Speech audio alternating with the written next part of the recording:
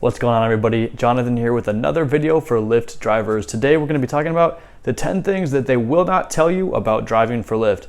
Now these are the things that no one else really likes to talk about, but today I'm going to go ahead and step into these issues and cover them because people need to hear them.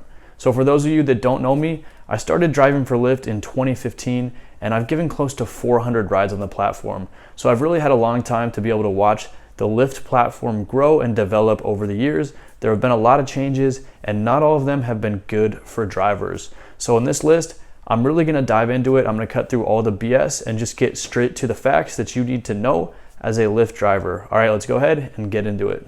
The first thing that we have to cover is driver insurance. You absolutely need to have a form of rideshare insurance if you're gonna be driving for Lyft.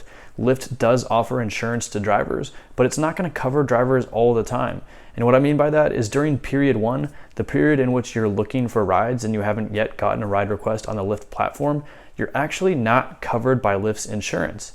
And the thing is if you get in an accident during this time period and your personal insurance finds out that you were driving for Lyft, they're not gonna cover you either. So you could really end up in a bad position here if you don't have rideshare insurance. The good news is that in 2019, this has become much more widely available. A lot of very well-known insurers actually cover their own form of rideshare insurance.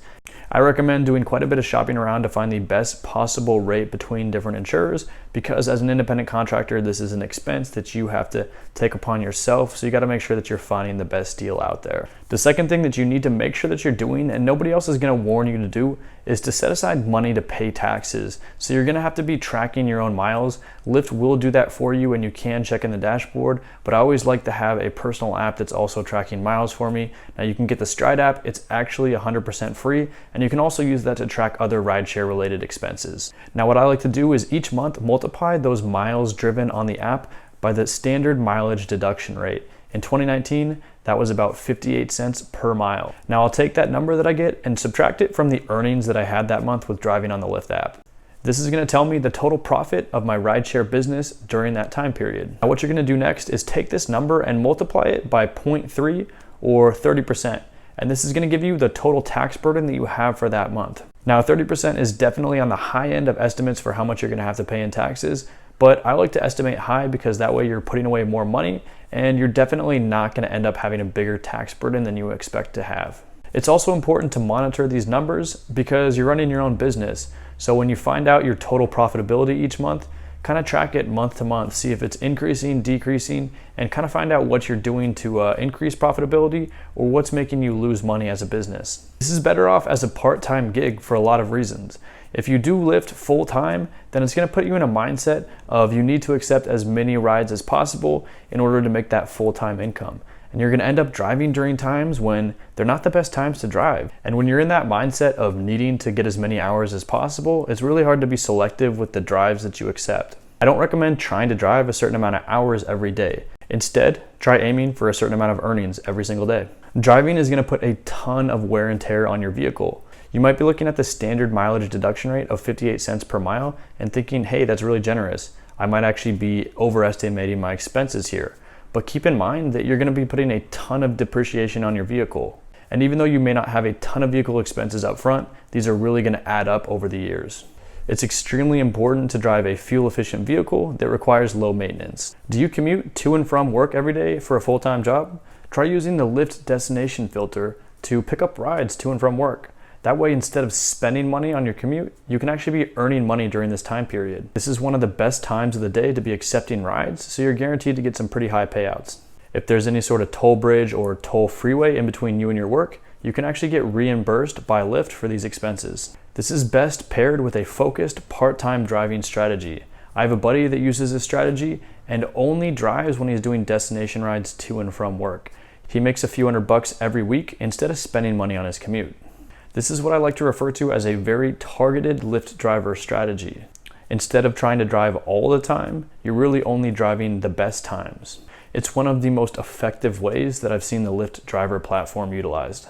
In order to get guaranteed earnings for your first month on that promo that you've seen advertised, you need to use a referral code when you sign up. I'll drop my code down below so that you can make sure that you're locked in for those guaranteed earnings.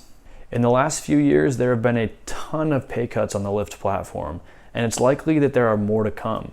Lyft is now a public company and they have to do what's in the best interest of their shareholders. A lot of times, this is not what's in the best interest of drivers. All of these pay cuts have made driving for Lyft a less viable form of full-time income. Claims that you can make $40, $50, or even $60 an hour driving for Lyft really just are not realistic. Oftentimes, these numbers don't actually factor in any expenses or wear and tear on your vehicle. Earnings like this are only really possible on a very part-time schedule and in a very high earning market. You have to start paying quarterly estimated taxes after year one. This is a rule that applies to all independent contractors, not just Lyft drivers. Now you're allowed to make these estimates based on your previous year's earnings. That's why during year one, you don't have to pay anything because the previous year you made nothing as an independent contractor. But during year two, you have to start paying those quarterly estimated taxes. Now you can definitely base this off of your year one earnings. So if you were savvy about the way that you did taxes and the way that you took expenses, you may have little to no real taxable earnings. And if that's the case, then you're not gonna have to pay much in the way of quarterly estimated taxes during that second year. You're allowed to deny rides as an independent contractor. Now this was something that was heavily discouraged by Lyft in the early days. But as lawmakers have done more to define Lyft drivers as independent contractors, it is very clear that it is their own business as drivers and they can deny riders as often as they want. Now, while this is legally the case, it doesn't mean that it can't get you deactivated. It also doesn't mean that the Lyft algorithm won't penalize you for this. If you deny rides a lot and aren't accepting very often, then it's possible you'll get less rides thrown your way. So I recommend using this strategy sparingly. But let's say, for example, someone hops in your car and you see that it's a very long Lyft ride and that they're going somewhere like a few hours out of the way. In this case, I would strongly recommend canceling that ride, even if the passenger's already hopped in your car. Now, situations like this don't arise all that often, so it's not that likely that it's gonna happen enough to get you in trouble on the Lyft platform. Chasing the surge and other bonus incentives isn't always a good idea, and it could actually end up hurting your earnings. And surges also come and go quickly, so it could easily disappear by the time you get there. Streak bonuses encourage you to drive more often and accept more rides for what ends up being a very small bonus a lot of the time. Lyft utilizes these to keep drivers on the platform and driving more often. But this could end up taking you outside of peak hours or accepting rides when you really wouldn't normally want to. And being on the platform more often isn't always the best strategy. You'll want to have a very tactical and precise strategy for driving a Lyft. And sometimes these streak bonuses can kind of cloud your judgment and make you drive for Lyft when you normally wouldn't be driving. That finishes up the list for the 10 things that they will not tell you about driving for Lyft. If you found this video helpful, go ahead and hit that like button and make sure to subscribe to the channel for more Lyft and gig economy videos.